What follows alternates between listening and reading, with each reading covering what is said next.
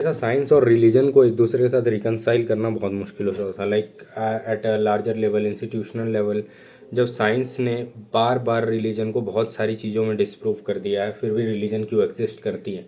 और कई बार तो ऐसा भी होता है कि रिलीजन और साइंस साथ में ही एग्जिस्ट करते हैं। Until I came across this modules कि साइंस और रिलीजन दोनों को ही ट्रूथ से कोई मतलब नहीं है। वो लोग ट्रूथ के लिए ऑर्गेनाइजेशन नहीं है। भले ही इंडिविजुअल लेवल पे कोई कोई प्रीस्ट को या फिर कोई साइंटिस्ट को ट्रूथ के बारे में बहुत ज़्यादा पैशन हो या ट्रूथ पे निर्भर करता हो, but at an institutional level science और रिलीजन दोनों ही ट्रूथ के बारे में कुछ कदर नहीं करते। साइंस को पावर से मतलब है, उसको चेंज कर सके, मोल्ड कर सके, चीज़ें आगे बढ़ा सके, सिविलाइजेशन को, ये सब चीज़ों से मतलब है। और रिलीजन को सोसाइटी में ऑर्डर मेंटेन करने से मतलब है, उसको भी ट्रूथ से मतलब नहीं है। तो most of the time at an institutional level religious people भी जानते हैं कि उनके स्क्रिप्चर्स में चीज़ें रॉन्ग लिखी हुई हैं, पूरा राइट नहीं है, but they have to behave like it is right, ताकि वो ये ऑर्डर मेंटेन कर सकें, ये कंट्रोल मेंटेन कर सकें सोसाइटी पे। और इसीलिए हम कई बार देखेंगे कि कई सारे रिलीजियस इंस्टीट्यूशन ही साइंटिफिक इंस्टीट्यूशंस को इनडायरेक्ट या डायरेक्ट फंडिंग दे रहे होते हैं, क्योंकि इस तरीके से उनको ये ऑर्डर मेंटेन करने में सोसाइटी में और ज़्यादा इजी होगा और ज़्यादा बेटर होगा, उनका नाम होगा। और एट द सेम टाइम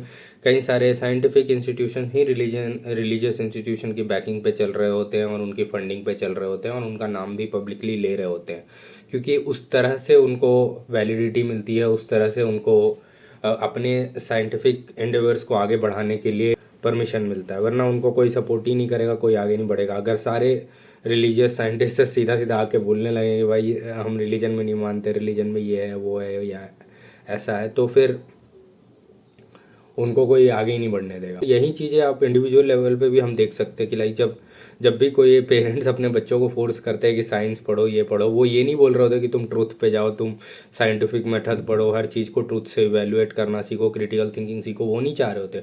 वो चाह रहे होते तुम इतना साइंस सीख जाओ कि भाई कहीं जॉब लग जाए या कुछ कर लो तुम, ताकि तुम में पावर आ जाए, पैसा आ जाए। और वहीं सेम पेरेंट्स सेम बच्चे को फिर रिलीजन के लिए भी फोर्स कर रहे होते हैं।